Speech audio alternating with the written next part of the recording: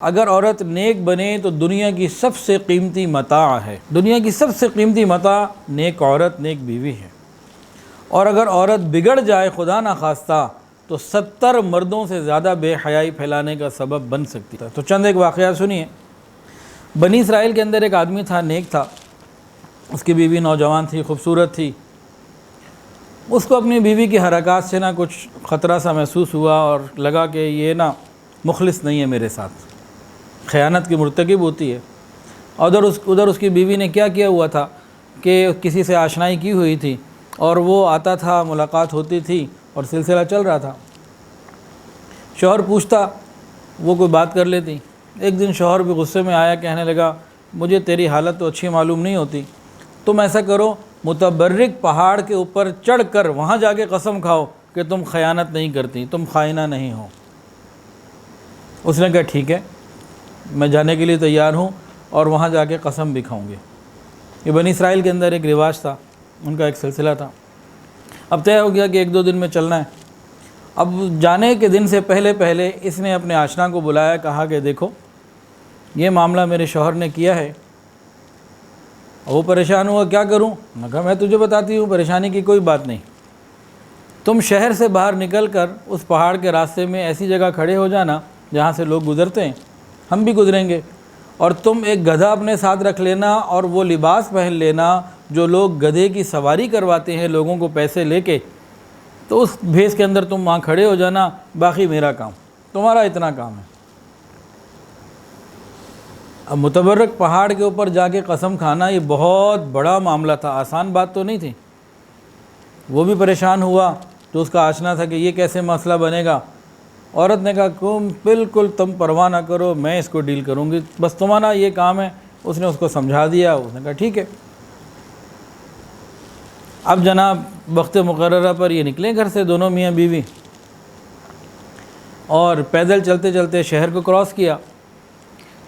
تو ابھی پہاڑ پہ بھی چڑھنا تھا، تو وہ جناب ایک جگہ پہ بیوی نے تو شور مچا دیا، میں تھک گئی، مجھ سے چلا نہیں جاتا، رونا شروع کر دیا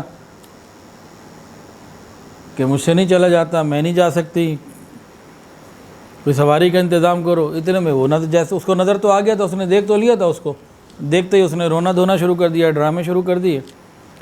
اب شوہر کے پاس وہی آپشن تھا اور تو کوئی تھا نہیں، اس کو تو نہیں پتا کہ پیچھے کیا پس منظر میں چل رہا ہے۔ اس نے اس سے بات کی، ہاں بھئی ہم نے اوپر جانا ہے، واپس آنا ہے اور بس ایک قسم کھانی ہے، کوئی طے کر لیا معاوضہ۔ اس نے عورت کو بٹھا دیا، اس نے اپنی بیوی کو بٹھا دیا گدھے کے اوپر، خود پیدل چلتے رہے۔ اب یہ جناب جہاں قسم کھانے کی جگہ تھی نا، گویا چوٹی ہوگی، ایک اونچی جگہ، وہاں پہنچ گئے۔ وہاں پہنچ کے عورت نے سواری سے اترنا تھا۔ اب وہ اترتے ہوئے اپنے آپ کو جان بوجھ کے گرا بھی لیا اور اپنے جسم سے کپڑا بھی اتار لیا، ہٹا لیا کہ سطر جو ہے وہ نظر آ گیا، جسم کے پوشیدہ حصے بعد نظر آ گئے۔ اس کے بعد عورت کھڑی ہوئی، اپنے لباس کو ٹھیک کیا اور کہا میں قسم کھاتی ہوں کہ میرے جسم کے پوشیدہ حصے کو تیرے سوا کسی نے نہیں دیکھا، لیکن اس نے دیکھ لیا۔ اور قسم کھا کے شوہر کی نظروں میں پاک باز کی پاک باز بھی رہی اور اللہ کی نظروں میں خائنہ بھی رہی۔ تو عورت اگر بگڑ جائے تو یہاں تک معاملات بھی کتابوں میں لکھے ہو۔ ایک اور عورت کا واقعہ کتابوں میں لکھا ہے، یہ ہمارے علاقوں کا ہے، بنی اسرائیل کا نہیں ہے۔ ایک عورت تانگے میں سوار ہوئی اور اس نے شہر جانا تھا گاؤں سے، تو چل پڑا کام۔ تو راستے میں تانگے والا کہیں رکا اور اس نے 2000 روپے کسی سے لیے، کسی نے اس کو 2000 روپے دیے۔ اس زمانے کی یہ بہت بڑی رقم ہوتی تھی، اور اس نے بہت خاص سے احتیاط کے ساتھ اس کو اپنی جو ہے نا وہ پوشیدہ جیب میں ڈال لیا۔ عورت سب دیکھ رہی تھی اور اس نے یہ بھی دیکھ لیا کہ اس نے کون سی جیب میں پیسے رکھے ہیں۔ اب شہر دور تھا، چل رہے تھے، تو درمیان میں عورت نے ایک پلاننگ کی، اور جب یہ شہر پہنچ گئے تو عورت سے اس نے کہا بھئی میرا کرایہ دو۔ اس نے کہا دیکھو بھئی کرایہ تو میں تمہیں دوں گی، لیکن میں نے واپس بھی تو جانا ہے، اگر تم تھوڑی دیر ٹھہر جاؤ تو میں تمہیں آنے جانے کا کرایہ دے دوں گی، تم بھی خالی جاؤ گے تو تمہیں ڈبل سواری مل گئی۔ اس نے کہا ٹھیک۔ پھر عورت نے کہا دیکھو بھئی اس عدالت میں نا میرا ایک کام ہے، تو میرا ایک مسئلہ چل رہا ہے، میں تمہیں 100 روپے انعام کے دوں گی، تم قاضی کے پاس جا کے صرف اتنا کہہ دو کہ میں نے اس عورت کو 3 طلاق دی، تمہیں کرایہ بھی دوں گی آنے جانے کا اور 100 روپے انعام بھی دوں گی، بس قاضی کے سامنے اتنا کہہ دینا۔ پھر میں واپس آ جاؤں گی، میں واپس جاؤں گی، انعام بھی لے لینا، کرایہ بھی لے لینا۔ اس نے کہا ٹھیک ہے۔ اس کو آیا کہ چلو اتنا کہنے میں مجھے کیا ہے، 100 روپے مل رہے ہیں۔ اب وہ اندر چلا گیا عدالت میں، جو اس زمانے کی عدالت کا جو بھی نظام ہوگا، قاضی کے پاس جا کے اس نے کہا جی ہم بیوی ہیں اور یہ مجھے طلاق دینا چاہتا ہے۔ تو اس نے جناب اس کو کہہ دیا۔ اب قاضی نے کہا ہاں بھئی طلاق ہو گئی اور سب کچھ ہو گیا، ٹھیک ہے، اور اب آپ جائیں۔ عورت نے رونا دھونا شروع کر دیا۔ پوچھا بھئی کیوں روتی ہو؟ کہا مجھے طلاق ہو گئی ہے تو میں نے رونا نہیں تو ہنسنا ہے، اب جاؤ۔ انہوں نے کہا نہیں میں اب کیسے جاؤں، اس سے 2000 روپے میرا حق مہر دلوایا جائے۔ اب مرد ایک دم حیران پریشان ہو گیا۔ اس نے کہا قاضی صاحب یہ میری بیوی نہیں ہے، میں نہیں جانتا کون ہے، مجھے تو نام بھی نہیں پتہ۔ عورت کہنے لگی زیادہ ڈرامے نہ کر، میں جانتی ہوں تجھے، اب جب تم نے طلاق دی ہے تو حق مہر بھی میرا ادا کرو۔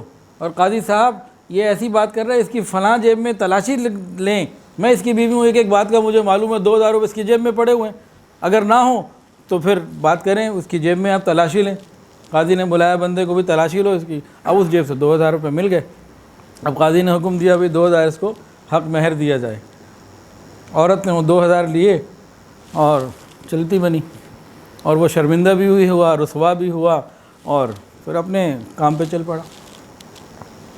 تو عورت اگر بگڑ جائے تو پھر ایسے ایسے معاملات ہوتے ہیں کہ انسان حیران ہو جاتا ہے،